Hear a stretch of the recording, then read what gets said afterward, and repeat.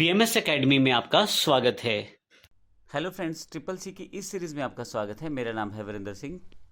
पिछले सेशन में हमने जानकारी ली थी ऑपरेटिंग सिस्टम के बेसिक्स के बारे में और ऑपरेटिंग सिस्टम की हिस्ट्री के बारे में।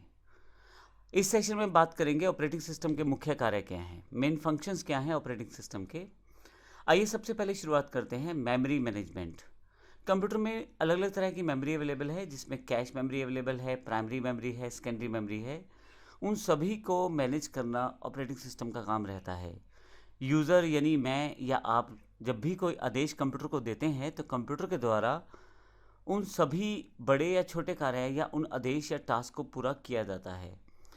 इन छोटे बड़े कार्य पूरे किए जाते हैं, इनको हम प्रोसेस कहते हैं। और असल में कंप्यूटर का कार्य इन्हीं प्रोसेस को करना होता है। जब ये कार्य पूरा होता है यानी कि प्रोसेस पूरी होती है तो कंप्यूटर को दिया गया टास्क कंप्लीट हो जाता है। अब यूज़र द्वारा दिए गए इन कार्यों को पूरा करने के लिए ऑपरेटिंग सिस्टम को इन सभी प्रोसेसेस को एग्जीक्यूट करना पड़ता है। यानी कि जो हमने आदेश दिए कंप्यूटर को, वो असल में कुछ प्रोसेसेस के रूप में कंप्यूटर में बन गए, यानी कि कंप्यूटर को वो प्रोसेस के रूप में करने हैं। अब ऑपरेटिंग सिस्टम इन सभी प्रोसेस को जब एग्जीक्यूट करना चाहता है तो उसको मेमोरी चाहिए। उन प्रोसेस को रखने के लिए क्या कार्य हुआ, क्या कार्य नहीं हुआ, इन सब के लिए मेमोरी चाहिए होती है ऑपरेटिंग सिस्टम को। तो अब यहाँ से उन सभी प्रोसेसेस को मेमोरी प्रोवाइड करवाना, ये मेमोरी मैनेजमेंट कहलाता है। ऑपरेटिंग सिस्टम प्राइमरी मेमोरी और मेन मेमोरी दोनों को मैनेज करता है। मेन मेमोरी जो रहती है फास्ट स्टोरेज होती है। मेन मेमोरी हर एक लोकेशन का रिकॉर्ड रखती है। मेन मेमोरी को डायरेक्ट सीपीयू से एक्सेस किया जा सकता है। मेमोरी मैनेजमेंट प्राइमरी मेमोरी का रिकॉर्ड रखता है कि इसका कौन सा एड्रेस यूज़ किया जा रहा है, कौन सा एड्रेस अभी यूज़ नहीं है। मल्टी प्रोग्रामिंग में ये भी ध्यान रखा जाता है कि किस प्रोसेस को कब और कितनी मेमोरी मिलेगी। यह ऑपरेटिंग सिस्टम खुद ही डिसाइड कर लेता है, इसमें यूज़र का कोई भी रोल नहीं रहता है। जब किसी प्रोसेस की ज़रूरत नहीं है तो ऑपरेटिंग सिस्टम उसे खुद ही फिनिश करता है और उसको दी गई मेमोरी उससे खाली करवा ली जाती है। और अगर किसी दूसरी प्रोसेस को उस मेमोरी की ज़रूरत है तो वो मेमोरी जो खाली की गई है वो दूसरी प्रोसेस को दे दी जाती है। लेकिन इस पूरे प्रोसेस में कमाल की बात यह है कि मेमोरी मैनेजमेंट करते समय यूज़र को इस तरह का कोई भी कार्य नहीं करना पड़ता। यूज़र को केवल आदेश देना था कि मुझे कंप्यूटर से एक काम लेना है। अब कंप्यूटर का काम ये रहता है कि उस आदेश या उस इंस्ट्रक्शन को प्रोसेस में डिवाइड करे और उन प्रोसेस को सीपीयू से या मेमोरी मैनेज करके अपना पूरा काम करवा ले। इस तरह से ऑपरेटिंग सिस्टम का एक मुख्य कार्य रहता है मेमोरी मैनेज करना। ऑपरेटिंग सिस्टम का जो दूसरा मुख्य कार्य है वो डिवाइस मैनेजमेंट है। जैसा कि हमने देखा था कंप्यूटर में बहुत सारी डिवाइसेस जुड़ी रहती हैं, जिसमें इनपुट डिवाइसेस हैं, आउटपुट डिवाइसेस हैं, काफ़ी सारी आप एक्सटर्नल डिवाइसेस लगा सकते हैं और काफ़ी सारी इंटरनल डिवाइसेस भी सीपीयू में जुड़ी रहती हैं, हमारे कंप्यूटर के साथ जुड़ी रहती हैं। ऑपरेटिंग सिस्टम द्वारा इन सभी डिवाइसेस को संबंधित ड्राइवर्स या इनपुट आउटपुट कंट्रोलर के माध्यम से डिवाइस कम्युनिकेशन को मैनेज किया जाता है। अर्थात keyboard, mouse, monitor, scanner, USB port, camera, mic, printer, ये कुछ डिवाइसेस के एग्जांपल है। इन सभी को, हालांकि जितनी भी डिवाइसेस कंप्यूटर के साथ जुड़ी रहती हैं, इन सभी को ऑपरेटिंग सिस्टम जो है एक स्पेशल सॉफ्टवेयर ड्राइवर्स या इनपुट आउटपुट कंट्रोलर इनके द्वारा मैनेज करता है। सभी डिवाइसेस को रिकॉर्ड रखा जाता है, किस प्रोसेस के द्वारा कौन सी इनपुट आउटपुट डिवाइस को कब और कितना प्रयोग किया गया या कितना प्रयोग किया जाएगा, यह ऑपरेटिंग सिस्टम डिसाइड करता है। इनपुट डिवाइस आउटपुट डिवाइस को आपस में कोऑर्डिनेट करवाना, ये भी ऑपरेटिंग सिस्टम का ही काम है।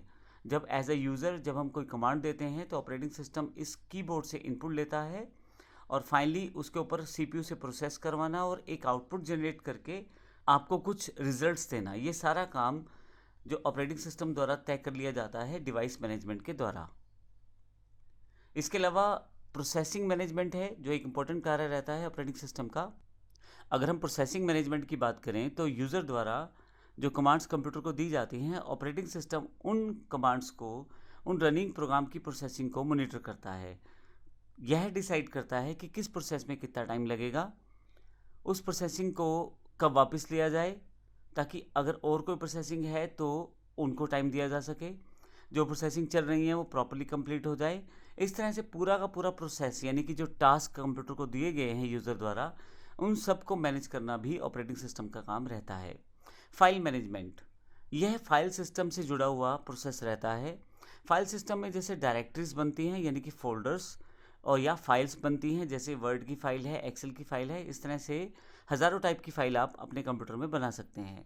फाइल्स को ऑर्गेनाइज करके रखना, हम आसानी से किसी डेटा को सर्च कर सकें, किसी फ़ाइल को सर्च कर सकें, किस तरह से हम उसकी इन्फॉर्मेशन ले सकें, उस फाइल को बनाने का तारीख, उस फाइल को मॉडिफाई करने का तारीख या उसका स्टेटस, इन सभी चीज़ों को ऑपरेटिंग सिस्टम द्वारा मैनेज किया जाता है।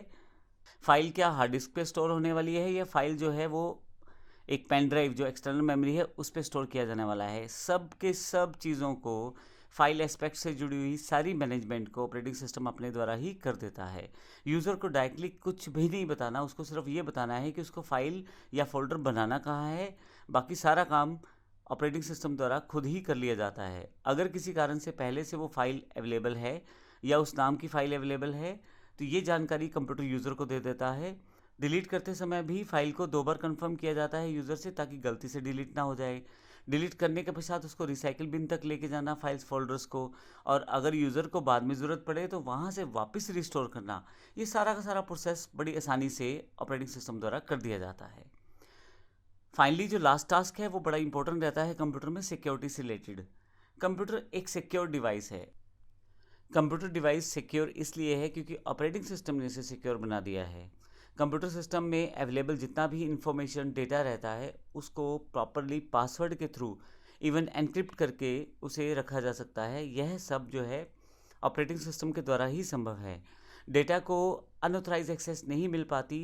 हर एक डेटा को एक्सेस करने के लिए अलग अलग लेवल की सिक्योरिटी सेट की जा सकती है, और जितना आप चाहें जिस सिक्योरिटी लेवल को आप इम्प्लीमेंट करते हैं, विदाउट ऑपरेटिंग सिस्टम के यह पॉसिबल नहीं होता, और यूज़र का डेटा प्रॉपरली वहाँ पे संभाल के रखा जा सकता है ऑपरेटिंग सिस्टम की सिक्योरिटी मैनेजमेंट के द्वारा।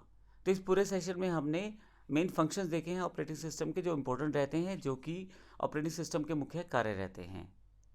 अगले सेशन से हम बात करेंगे टाइप्स ऑफ ऑपरेटिंग सिस्टम के बारे में। धन्यवाद।